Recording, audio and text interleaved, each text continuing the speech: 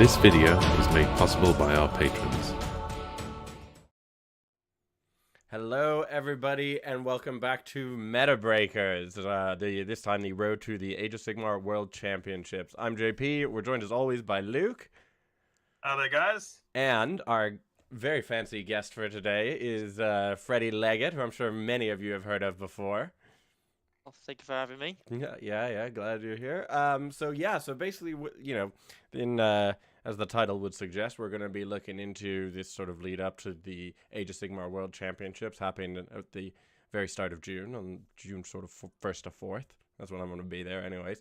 And, a little bit of a Metabreaker slant as well as a normal meta slant too. We're going to talk about, all the lists that everybody's going to have, all the lists that, only a few people are going to have, some Metabreaker stuff. We've got Freddie in here with his Cities of Sigmar list, which is a cool Metabreakers list, and so he's going to tell us about how that works and how he's going to sort of pick people apart and destroy them at the World Championships, So if you are on another Worlds team, please don't watch that in the spirit of fairness. But yeah, so let's get into it. So if we're talking about just, the normal meta stuff, the non... Sorry. The non-Metabreakers stuff, I think... the big sort of factions that people are going to be talking about. If we were saying top three for me, probably are, well, let's say top two, I think are Gits and KO, right? Yeah, they're the big two. Yeah, they're the ones that can take you off in 2 turns. No problem. Those are the big crushers, and it's no surprise those are 2 of the most popular ones. So, Luke, I know you've been a bit of a KO enjoyer at times, so why don't you talk to us a little bit about why you think KO is so strong right now and why everyone's taking it. Well, it's just a Thunderer War Scroll, and they have a delivery system that can deliver. Well, there's some lists there that can deliver 35 Thunderers. It's just a lot of. It's just rolling a lot of dice essentially. And kind of like on that, it was like it used to be quite a fragile army. Yeah. And now everything's a 3-up save. Yeah, that's a good point. Yeah, 2 up in the boat. 4-up rally. 4-up rally, of course. Yeah, oh my god, you forget about the rally because it's so hard to kill the Thunderers in the first place. Yeah, and it's and it's not starving on CP. It's nope. Like it's gotta be. My friend Phil on the Scotland team, we were playing a practice game. He's playing our KO, and he was talking to one of his opponents at the practice tournament, and he was like, "Look, I'm going to tell you some things during the game that you are going to think I've made up, but they are actually real rules." Like the one where he's like, "Oh yeah, missed an attack with my Thunderers. Oh, I'll just reroll that one. That's fine. 1 miss. I'll give that a reroll." And he's like, "Yeah, these ones will be 4-end, etc." They do, I think KO has always been an army that's sort of been either too strong or too weak because it's like either it's got enough output to just lift things or it doesn't. And so right now, obviously, it does. And then, the other big bad probably is Gloomspite Gits. So, Luke, quick thoughts on what you think about Gits. It's just a lot of wounds, does a lot of damage, it's very fast. Yeah, so fast. Yeah.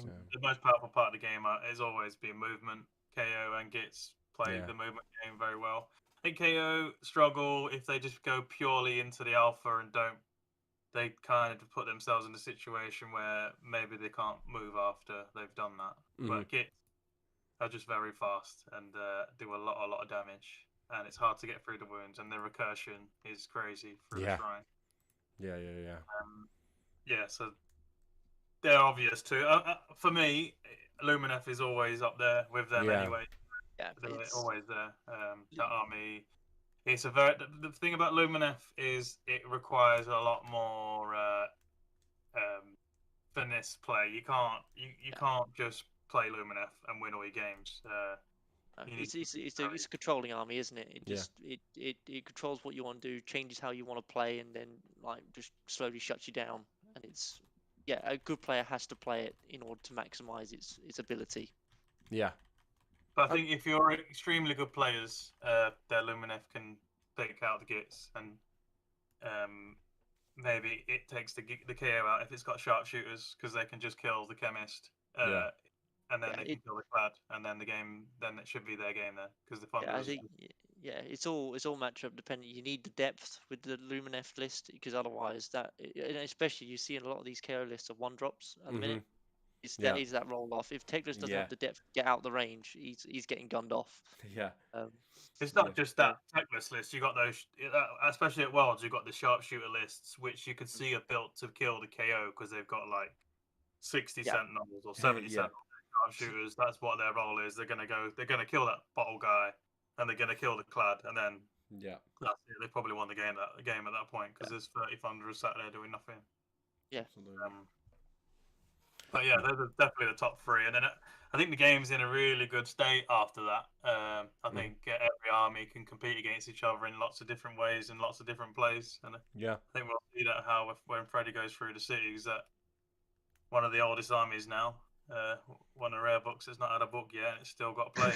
Yeah, old style. I think so anyway. Yeah, and I think there is still. I think one thing that's nice is like we do see a fair bit of like Beasts of Chaos and Khorne also at Worlds, and I think those lists are lists that, I mean, there's obviously a fair amount of smash in them, but they've got some tricks and stuff, right? They sort of pull your units around and stuff like that. So, I think they're up there where we'll probably see a couple good, very accomplished Khorne, Beasts of Chaos players taking off some of the more meta lists, and and Beasts of Chaos actually I think is pretty good often into Lumineth or into KO. So there are a couple predators, as we said, Lumineth on Gits. There are a decent amount of factions that prey on other factions. And yeah, for people who don't know about how sort of team Warhammer or Worlds works in general, is basically the captains have, before all the teams start playing against each other, there's sort of a pairings game where the captains are trying to angle for getting their desired matchups, and the opposing captain is trying to get their desired matchups. And so doing that is really important because, as we've said, you might be like Gits is, if you want to say Gits is the best army in the game right now, if your Gits sort of gets targeted by a Lumineth list specifically designed to beat Gits in that pairings process, that can definitely hurt your chances of winning the round. And also, like Freddie was talking about, if you're like, oh yeah, my Teclis list is really designed to beat KO, but then you end up on a battle plan where you can't hide Teclis at all or anything, and and you lose that roll off for turn one, you can game can just be over before it starts. But yeah, that's enough about the disgusting meta list that everyone's. Just a quick one. So you obviously got a picture of the Rob's. Obviously, oh yeah, thanks to the Honest Wargamer as well, T Sports Network, for this sick graphic. For the Roads to Worlds, he's providing most of the content for that because he's going to be streaming it. And looking at his wheel, you've got there Seraphon on one, Cities a Sigmar on one, which is oh man, Freddie. Yeah. But it's interesting because last year Seraphon was one of the most popular armies in Worlds. Now there's just the one army. It's all just kind of flipped on its head. Lumineth was still, even last year, Lumineth wasn't that popular, and now it's really popular. Yeah, and Gits obviously went from, probably the worst army in the game in terms of win rate for a long time to, jumping ahead of absolutely everything. I do think some of that is probably stuff like that Gits before its new book was not as bad as the numbers suggested. It was a weak army. It was definitely on the weak side, but it wasn't picked up because it was weak by a lot of competitive players, and the models are amazing, so a lot of like hobbyist and non-gamer focused people would play it. And so I think maybe GW were like, oh, it needs so many buffs to be playable, they just, they massively overdid it. But and then you can see the Zinch there as well, so it's the third. Probably the third most popular. They Guild of Summoners list, it's definitely. Is it 16 of them, 17 of them? It's 20. Oh yeah, but they're not all Guild of Summoners. But no, it's I think Zinch it's a cool one because Zinch, I think, with some of the points nerfs they've gotten, definitely feels like it's in sort of the right place of being strong, but being, you do have to play it well, in order to win those games. And that one does have its clear anti lists. Like the Khorne does shut it down. Slaanesh can just feed off depravity off it for days. There are lists out there that can just feed off it, so it doesn't feel quite as bad as the other ones, which don't feel as much as they have a weakness. Absolutely. Right. Right. Yeah. So disgusting meta lists covered. If we're gonna start looking at the off-meta stuff, we might as well start with the man himself, Freddie's Cities of Sigmar list, the one and the only Cities of Sigmar list at Worlds. It's going to be the highest win rate Cities of Sigmar list at the World Championships. So if you're a Cities player, this is it. So why don't you talk us through this one, Freddie? Yeah, I would say I was surprised that I was the only City of one, but yeah, knowing how many people are playing them at the minute, yeah, probably not sure. I mean, without going and basically revealing how my entire list actually works, yeah, the fundamentals of that list is the aggression. Basically, there aren't many lists out there where you can basically unload 2,000 points into your turn one. It's basically it's a question mark basically to certain armies out there. I won't reveal specific ones about can you deal with an alpha. There's a lot of lists out there that want to basically hand first turn away, and what they want to do is they need a turn to buff up. There's quite a few lists like that. They like a first turn to buff up, but what ideally they do is hand it away. You have no threat ranges to them, and then they can just threat you. They can peacefully hit the buffs up and then double you. What I'm saying is, are you sure you want me to take? Are you sure you want me to take first?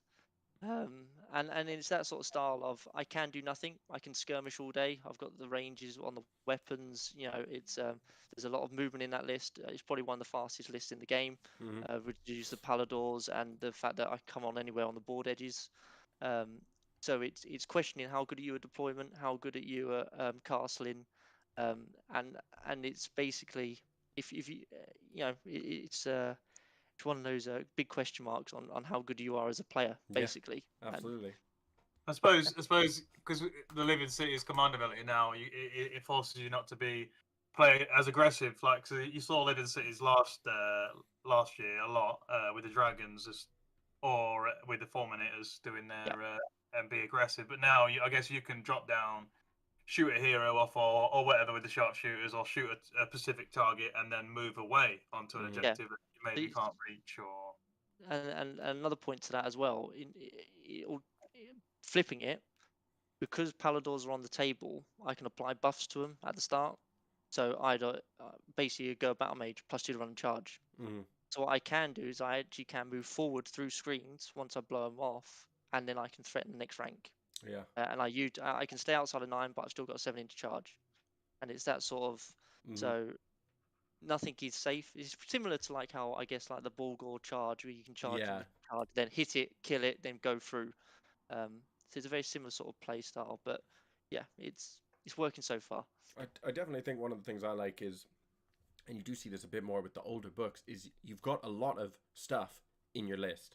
I think one of the things as the books come out, especially as strong books will slowly get their points nerfed over time, you sort of end up in this thing where you're like, okay, you know, I've got 2 units that do stuff, you know, we've got 2 threats and then a buffs and bits and bobs, right? Whereas this, I do like you've got 6 paladors, you know, you got 20 crossbows, you got 6 demigriff knights, and you've got the free guild general on the griffin, and you know, none of those are 32 squigs necessarily in terms of damage, but it's all stuff you've got to be like, well, how am I screening versus this, or how am I screening versus that? Yeah, and it's all big threat ranges. Yeah. So I think that's really cool. So I guess a question is... Just quickly shout out to people in chat. So we've got Big Tom, James Dean, Philip, Cartier has joined us, Simon, Speckles. The worst player, is he still? Or is he... He's saying that he loves it. He loves the list. That he's actually saying it's bullshit, and I played it. Yeah, he's a good practice person to play against because he does like to cry about it.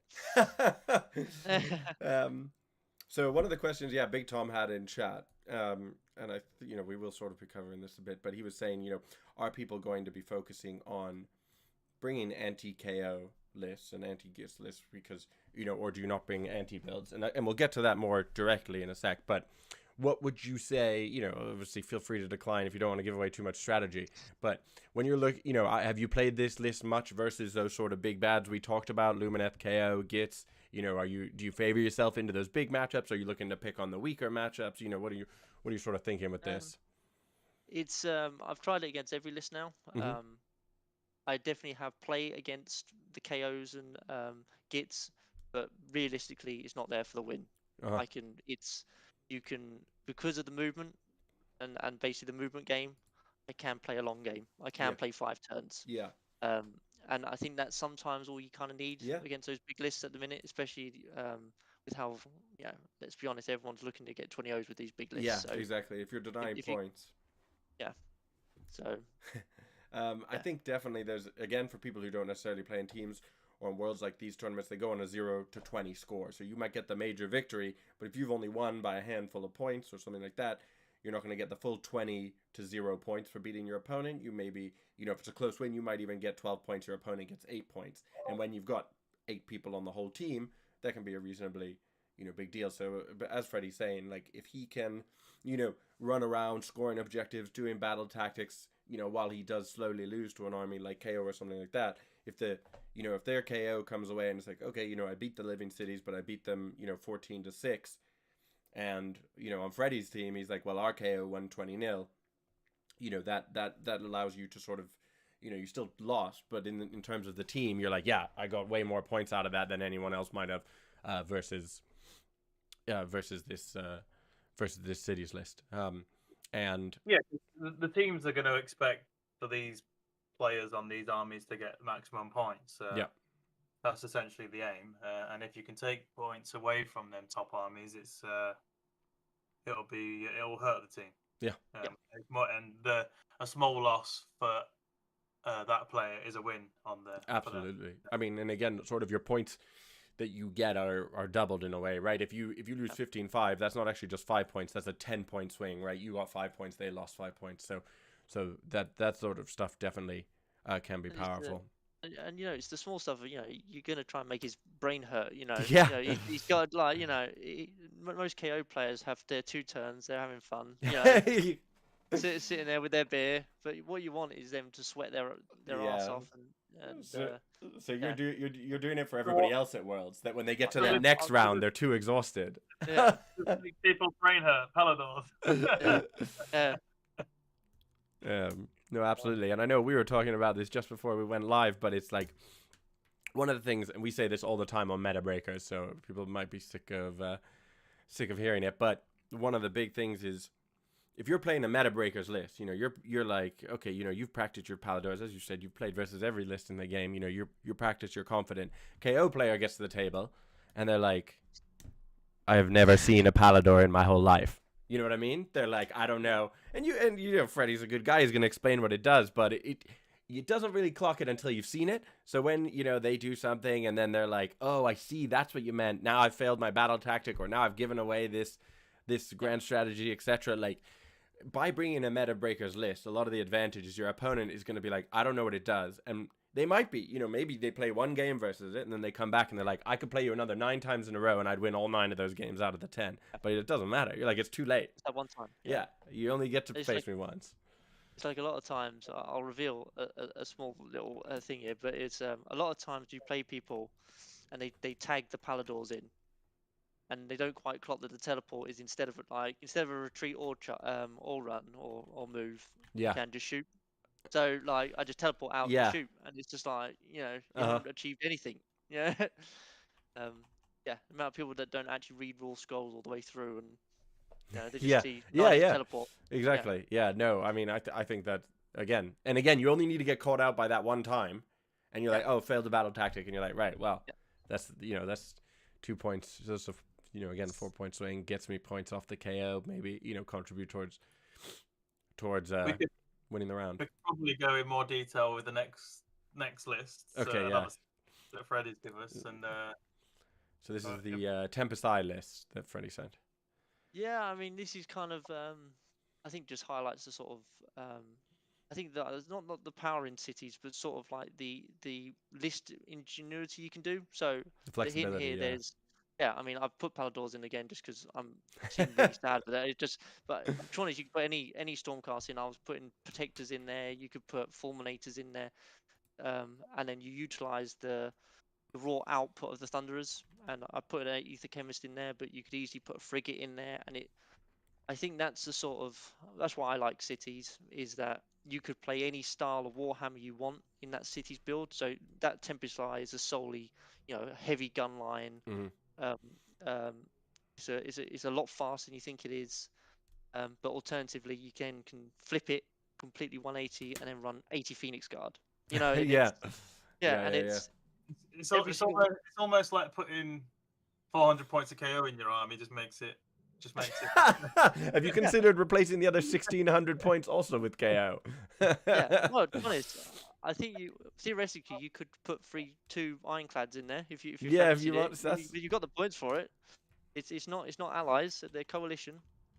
So Quickly through the list. So for viewers that maybe not so familiar on the Cities of Sigmar, Tempest Eye allows you to take KO units as correlation, so they're not allies. So you can So you can do 1 to 4, 1 to 4 Stormcast, 1 to 4 KO, and they are so basically you can have 2 out of 4 as basically other armies. So I used to do a lot of this with Settlers Game. So I used to be able to run 2 Foxes with Iron Drakes and Protectors, and just be that guy. Yeah, so you could do absolutely crazy bonkers things in cities. So the only thing you can't do is make a balanced list. If you play balanced, you'll get tabled by everything. You Yeah. have to, in cities, maximize what they can do, which in most cases is either movement or shooting. Yeah. Is normally the way currently how most people build. I guess that Living Cities list for the Worlds is probably the closest to more balance that you'll get in the list. Yes. Obviously, this Tempest Eye list is more of a super aggro, lots of shooting. We have got another list that we've written, a Hollow Heart list, and that's more focused to combat, which I'm sure JP will show. So yeah, Cities is very good at focusing into one direction, I guess. Yeah. It makes it a very good teams list. In Yeah, a way. that's true. Yeah, because you do want those specialized lists in teams. So yeah, so this was Luke's take, the Halahart version of the list. You want to take us through this one, Luke? This is a list that Philip Cartier has played and done quite well with. Fabian's also played this list and done well with it. It's not as good as it was. Points went up on the Incarnate. And the you'll know a bit about this. Oh no, I used to run it as well. I did a couple 5-0s with that sort of Halahart list, but it's the Arcane Tome did smash that a bit. Yeah, the Arcane Tome was a lovely addition to Halahart because with the double spell. But yeah, carry on. but now we've obviously the Castellan. The list got weaker because now you can't select any spells. But he's still pretty good to throw out the Horrorghast. So essentially, this list, if you wanted to pin somebody's army, you could throw out the Horrorghast, kill the Sorcerer Lord, level the Incarnate up to level 3. It requires a little bit of luck in your favor that you don't just level down the Incarnate when he eats the Endless Spell, but you could pin someone's army with a level 3 Incarnate. It's quite similar to what Worlds are doing with some of their Incarnate Zinch lists. Yeah. They have the ability just to pin you in, be a level 3 Incarnate, and then you're pretty much stuck there for 2-3 turns. Yeah. But what I found with this when we played this, so Fabian's played it and I played it with Philip, is that the Incarnate can have warding brands, so you can go into combat armies and they essentially kill themselves. So like a Squig Herd would probably kill themselves. A lot of these big blocks. It trades very well. Yeah. Because the Incarnate can take a finite amount of wounds. It doesn't die, does it? Yeah. So. Yeah. I mean, yeah, I used to run that with Protectors, and it was on a 1-up save. So if you finally did get through it all, then you're taking mortals. Yeah. And when it's 30 wounds and you're taking 15 mortals back, it's probably killing you're probably killing whatever you got hit by. Yeah, Warding Brand always an upsetting spell to play against, I've found. Yeah. We'll just quickly go back to the chat. So Freddie is getting 0 points from me at Worlds. That's Is that Fabian, is it? Oh. Speckle says, "Am I the worst player, Freddie?" Freddie just said yes. He doesn't need to answer that. No, he's doing much better now. Yeah. No, he come around to mine. Where sometimes we play games, and he's not the worst player. He is he's keen. He's keen now. So He is. and that's the main part of getting good. Is that if you want to win, you'll win. Yeah. And Fabian said, "Give me Freddie, give me Freddie." I can hide off the ball for 3 turns, mate. I'm quite happy. And then James Dean, I go weak at the knees for Iron Drakes. And then we got Big Tom with Luke's, it's the Sigmar list, 19 Longbeards and a Rune Lord. Oh, so a spam list. No, yeah. Sadly, it's not spam. I've just copied it from Philip, essentially. Because Philip's won quite a lot of tournaments for this list. He has, yeah. It does bully. It does bully all melee lists. Yeah. It just, as soon as you verse, then go into tech lists. And he goes, well, you're not doing any spells anymore. You yeah, go, that's right, bit of a theme at the moment in the meta, but that is reasonably uninspiring. So I think now I sort of want to answer Big Tom's question and also talk about off meta lists.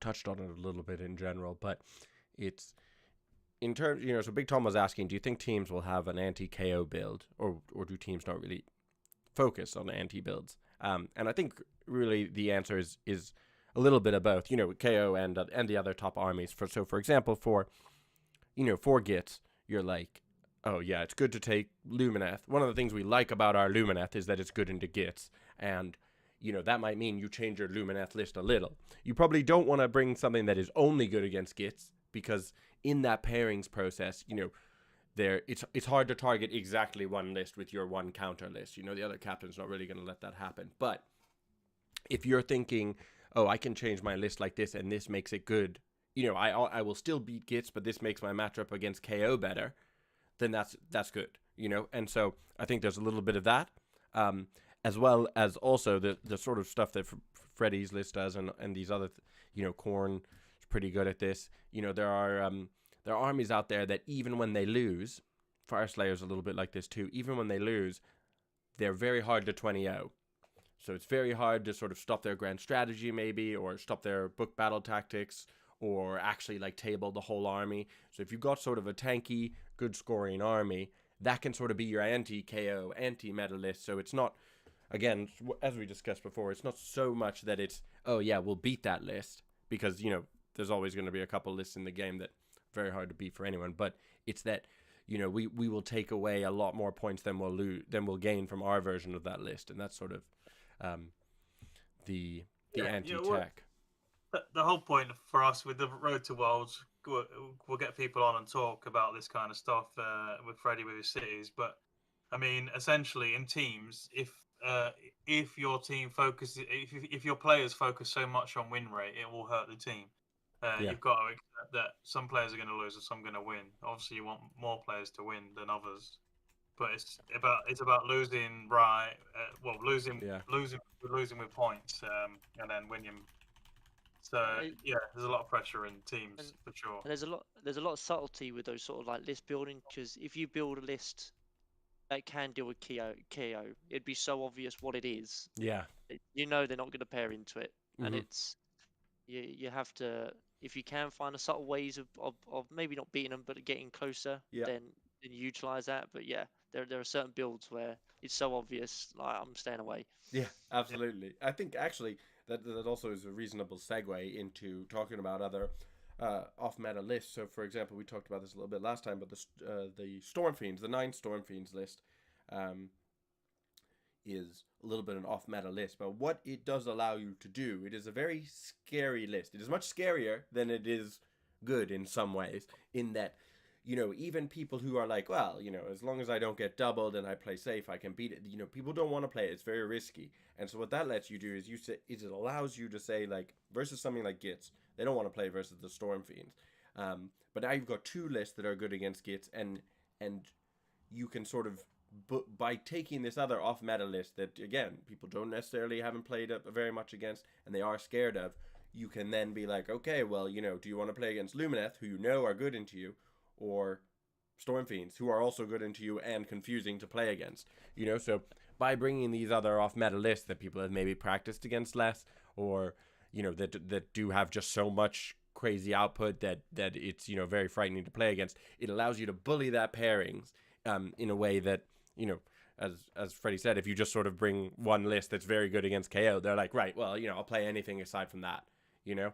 Whereas, you know, you can put these Storm Fiends in and go, look, you can either play against the KO counter or this crazy list that maybe just lifts you on turn 2, and you're like, oh, well, you know, now I'm between a rock and a hard place. So, in general, If you look at the, like, Canada have the Flesh Eater Courts list, which is just pure recursion. It's got, what, 3 blocks or 2 blocks a 9? It's like 2 blocks a 9, yeah. Horrors. It's another list that nobody's going to play against, similar to what Freddie's done. They're going to be out. They'll know their army obviously very, very well, and that will be the key, where the player is playing their army they know. And sometimes lists does get you over the line, but I don't think like Freddie, for instance, and that Flesh Eater Courts player. It's very unlikely they're just going to get 20-0'd. Yeah, I'd like to think not. Freddie's coming away with 120 points. That's a given. Well, post it. Freddie's not been 20-0'd yet. Not yet. Not yet. Give it time. Touch wood. I'll have to get with my green parents first. Yeah.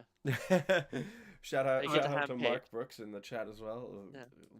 Great guy. He's also asked what I assume is a slightly rhetorical question that I'm gonna address quickly anyways, where he said, how do you find big characters, I assume it means big egos rather than like techless, big characters being bust in teams, and how do you think Fabian will do in Team England? I mean, Fabian, again, he's gonna get 120 points.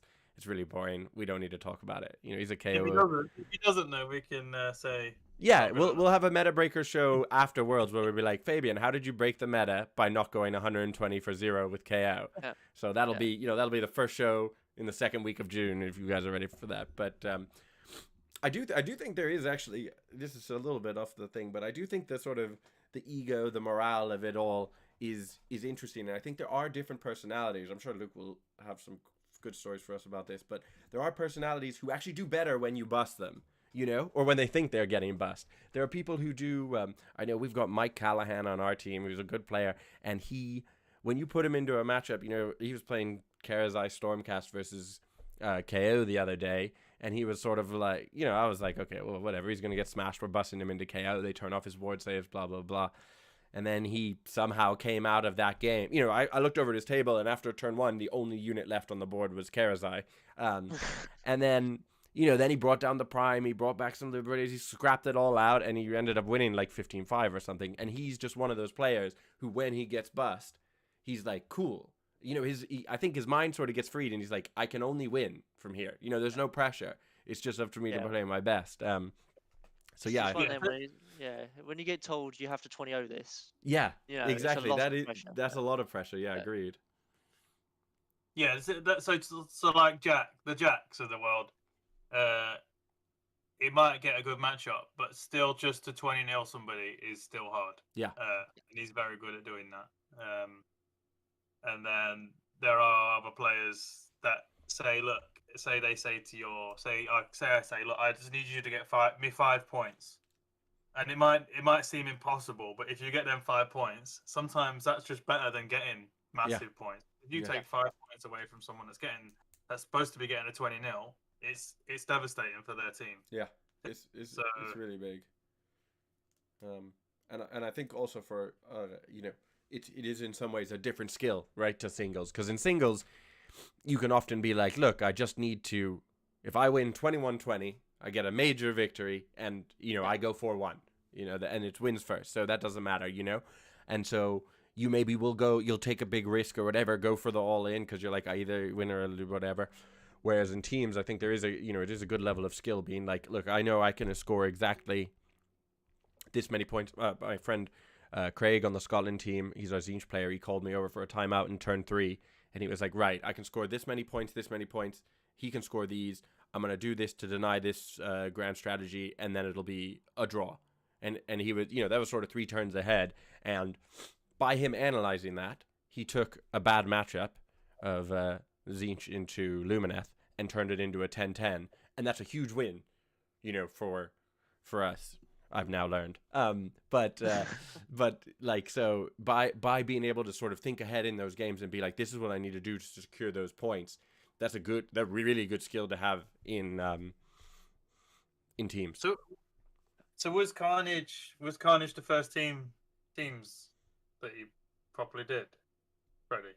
Well, myself, as captain, yeah, that was the first. I mean, I've done other smaller teams, but I mean, it wasn't of any sort of competitive level.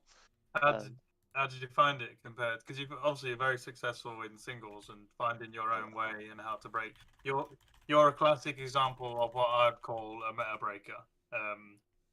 You've done very well with the beast. So people that know Freddie is the UK #1 on the Honest Wargamer rankings, and you did very well with the Beast of Chaos list that nobody else did. Nobody else Yeah. won with that type of list. Beast of Chaos was very powerful, but you did it with a list. Even like Dan was winning with the meta list, but he would admit that your list was he'd call it bin.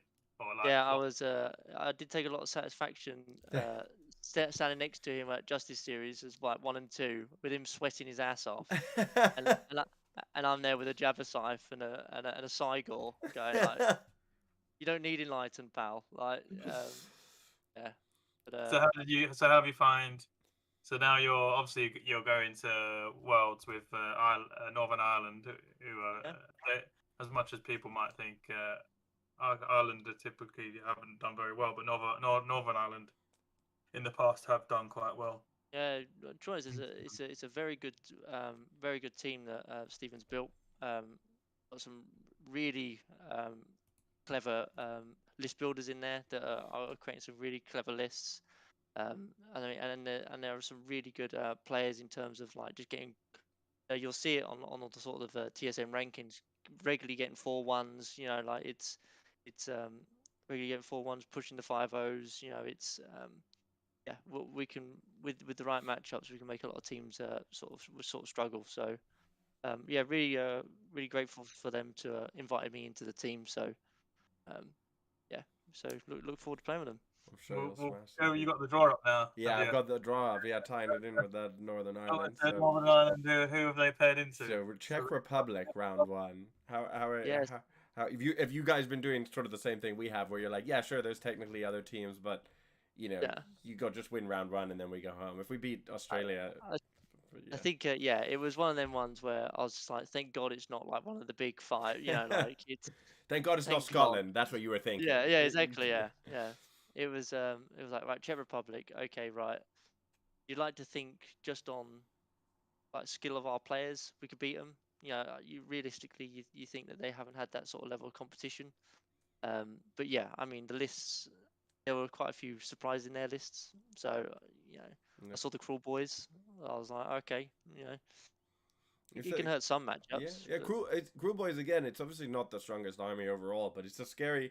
It's not a list that I would want to play against. Sort of like we were talking about before, where you're like the pressure to get the 20-0. If you walk up to that table and you're like, oh yeah, this is quote unquote the weakest faction, sort of in the game. You're like, well, I better not lose. And then the guy just rolls a bunch of 5s and 6s, does 36 mortal wounds to you, and you're like, wait. You know, like you can't take your foot off the pedal. Versus, it's like, yeah, okay, this army's a bit weaker in singles, but in teams and good pairings with a world-class player, right? Like those lists are still scary. Yeah. Cruel Boys. Well, we did extremely well with it. If you got the right player on it. Yeah, I was expecting. It's good, isn't it? It is good. Yeah, it's good, but I was expecting 2 9s. I thought you were going to go hard. If you're going to go hard, you go hard with all the bolts. I think they got 2 6s. It's the Grinning Blade. I don't really rate any of the other lists. It's that Grinning Blades list that's controlling you is a very hard list to beat if it's low drops. But how's that do? How does Grinning Blades do in the KO? It's fine, isn't it? Because it's just a 12-inch. Can't see. You just go to 9. Yeah, well, you got screens, right? So you screen 3 away from your good stuff, and the mortals are good, right? Yeah. Is there a world? I can see a world where Grinning Blades beats KO. You play that right, you win a priority. I can see it. Yeah, I think you can kill the Ironclad. Yeah. And you can kind of stay out. It just depends how the KO is pinned you, I guess. Yeah. KO definitely has to alpha it, but it can't. It can only kill the screens. Exactly. So yeah. But then you got the 3d6 charge and that whatever it is. You just the KO just is touch good. me. But it doesn't have everything. It can't 3d6 charge. They just do teleport- everything. I don't know what you're on about. They just do everything. Yeah, so it's interesting there. So what you're saying with the 3d6 charge, there are some lists Mhm. that are more combat focused in the KO, isn't there? So, Yeah, the USA list is like that, isn't it? yeah. All right. Yeah. All right, let's do some real speed run predictions. Let's get them from Luke and from Freddie. So we'll just go through them. Wales versus Switzerland. Luke, what do you think? I'll back Wales. Yeah, they've been pretty good. Yeah. Freddie, what do you think? Yeah, Wales. Yeah, Okay, two Wales votes for for me, yeah. Wales. Poland I do versus. love oh, Switzerland. okay, yeah. My nan's from Switzerland, so Okay. I'm quarter. She playing? Thirdly, she plays all the time. No, but she no Wales, definitely Wales. But Okay. I would it would be nice to see an upset. But if you're going on last year, because that's all we Yeah. can go on really. We don't know how teams are prepped. But Yeah, they've got quite a change of a team, though, don't they? yeah, Yeah, They they've got just some change, change. Okay, Poland versus Serbia. You gotta give it to Poland, don't you? Yeah, I think so. Yeah, that's I Just think on so. form. Yeah. I mean, I've never seen so many one drops in my life. Though. I mean, it's really good in this meta. that's one drop right now, isn't it? If you win the roll off hammer, you're just Yeah. gonna win all your games. I mean, if all the prior rolls go your way, Yeah. all of a sudden, because it happened to us against France, they had won loads of one drops and they won, I think, 7 out of 8 roll offs, and we thought we were going down, but Yeah. James beat the Iron Jaw player when he was going down, and we managed to beat him in the end. But yeah, I think Poland. I'll back Piotr. I know him quite well, and Yeah, I was gonna say Peter. Yeah, They put the reps in. Yeah. he's played like 65,000 games of Daughters of Cain. I don't think he's made a mistake taking Daughters. Me but- too. Doesn't he play Lumineth too? He plays any army. His Yeah. Daughters is his main army. He can play. Yeah. He could. That's why I think if he played a different army, it would that suited this meta. I just Yeah. don't- Daughters, I yeah, think struggling. Yeah. he's a bit busy, and yeah, he's just very good with Daughters, isn't he? So I mean, again, I'm sure he'll get some upsets where people won't expect it. Okay, Canada versus Denmark. Denmark, isn't it? Yeah, I think Denmark. They're just, Luke, yeah, they're just. Luke, you gonna throw out a vote for Canada? I'm not sure what this wry smile is. I did a world's practice TTS event, and Canada beat France. Okay. So they are interesting because they weren't there at Worlds last year. I would still back Denmark. I think they are. If I had to say top 3, they're definitely in the top 3. Mm. Yeah. To take the event out. So I would back Denmark, but Canada maybe a dark horse. They got some Alright. interest in this, don't they? Yeah. All right, well, that would be fun as well. USA versus Ireland. This is not Freddie, so No, it's not. No, you all know. I think- Yeah, I think USA's got that one, don't they? yeah, I think USA have got that. I mean, also it just depends how much fun Ireland are having at the event. Didn't Yeah. they get someone arrested last time? They did, yeah. Honestly, they're always just an absolute blast to meet at the event. It's you guaranteed USA are having a fun round 1 no matter what. Okay, Australia versus Scotland. That's Scotland. We don't need to talk about it. Czech Republic versus Northern Ireland. Obviously Australia, but We'll cut even that. though you're using 8 of my lists, I still think Australia are going to win. Right. Oh, right, Look. wow. Luke doesn't know what he's talking about. This is why he's been banned from going to Worlds this year. Okay, Czech Republic versus Northern Ireland. Yeah, we've touched a bit. Freddie's here. We've seen his cities list. There's no way he's going down there. Okay, Yeah. Belgium versus Greece. I mean, I've never seen any Greece player play, so I'd have to give it to Belgium just off. Sure. Yeah. Luke. Well, Belgium's basically France. That's beating- what I was thinking. Yeah, I've heard a lot of the French players are yeah. I think Belgium will win. But Greece, they are good. They have got Yeah, some good players. They've got They some used to good players, yeah. play quite a lot, so they will give them a hard time. But yeah, I would probably say Belgium. Netherlands versus Norway. That is a tough one, that one. I think they, I mean, I don't know I've anything about played- either team. I think that's the one that I have no idea about. no, I played at the TSN Worlds against Gear and is it Ole? And yeah, really good players. No, they've they do a lot of research, a lot of practice games. They do put in a lot of reps, Okay. and I know the Dutch team do the same. So they could go either way. That one. That's a I think toss-up. Denmark, Sweden, and Norway did like a. Yeah, they did. know, They did like a and 6 and Norway 3 did nations. maybe that might be a draw. Are we allowed to say a draw? Yeah, sure. Yeah. You heard it here first. Draw versus Yeah. another Norway. Germany versus France. That's a big ticket round 1, right? That is a big ticket round one. Nearly got England in that one as well, didn't Yeah. Yeah. If only. If only. they? Do you know what? I think Germany might do them. I mean, I'm gonna back my boy Tobias. Yeah. Germany are taking France out. Jarin, if you're listening, you know you're going down. Toby. Yeah, I mean, Toby will win that game, whether Germany win or lose. Yeah, he'll win it with 16 seconds left on the clock. Calm, collected. Alrighty. And then Austria versus Italy. Another one I don't know a lot about. No, but I'd probably just give it to Italy. But I think again that'll go either way. Yeah, agreed. I think that go either way. Luke, you got any insights? I'm gonna go Italy. But Austria, Benedict is part of the onwards crowd. He might be Yeah. upset. It might be upset. He's part of Team Lit as well, so I can't be too mean to him. Oh yeah, England versus Finland, an easy Finland win. Finland. Yep. We're all Definitely Finland. fingers. Fabian's getting destroyed 20-0. Sadly. Yeah. And then Spain versus Sweden, another big one actually to finish on. Yeah, I mean, again, I think that'll be very close, but I know Sweden, they've got some very good players. They do, and yeah. their lists all look very solid. Like there's not Yeah. many. Yeah, so I think they might have it. Luke? I probably have to vote for the Padawans, Spain.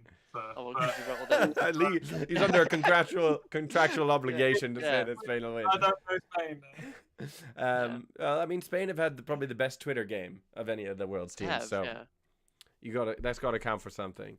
Alrighty, so that is all the teams. We are probably just about coming to the end of the show. One thing I did want to touch on before we stop talking was for people who are listening, if you're someone in the chat or whatever who hasn't been to Worlds, hasn't been to Team Warhammer, what sort of advice and stuff to look at? I mean, obviously some of it we've covered. Would you be giving to people who are like, oh yeah, I want to get ready, I want to maybe start a team, or I want to apply to, to play for my country, whatever that is?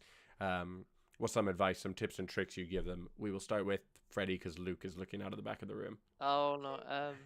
I mean, to be honest, I think a lot of it is you can't force people to play armies that don't fit their playstyle, even though it may be a better choice. Yeah. Like playing someone who on an army they're comfortable with, probably far more valuable than going here's KO, go get 20-0. No, I think actually that's a really good point. It's definitely something we would consider with Scotland, where obviously if you're 6 months away from the event, you can be like, yeah, Jeremy, pick up KO.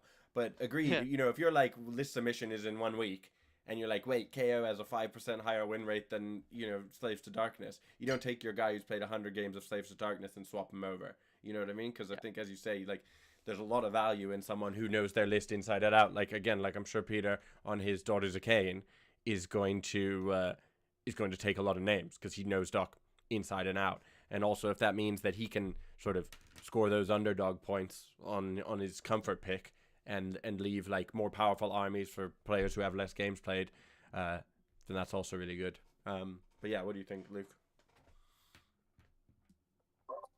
Yeah, it's just you've just said everything I'd say basically. So it is interesting for sure.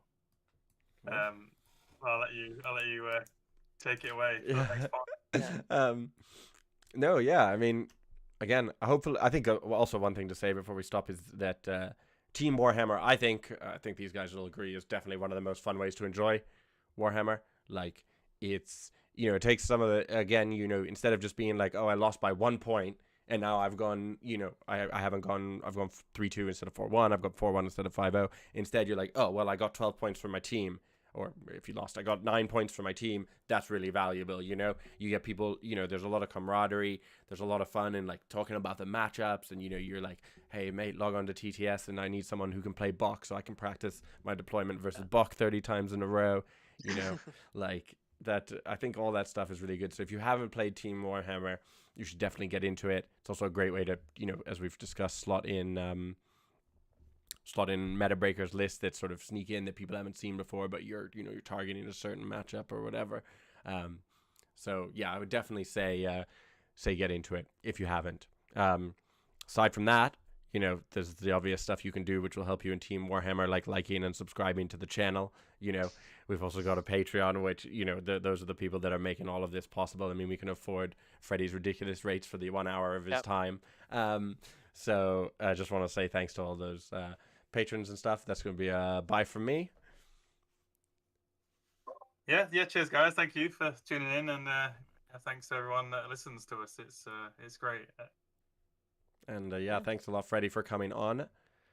Thank you for having me. Perfect. Yeah, and everybody have a good night.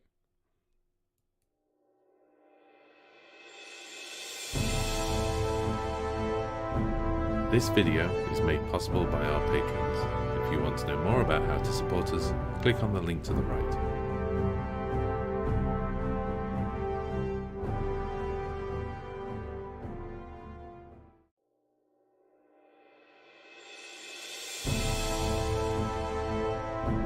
This video is made possible by our patrons. If you want to know more about how to support us, click on the link to the right.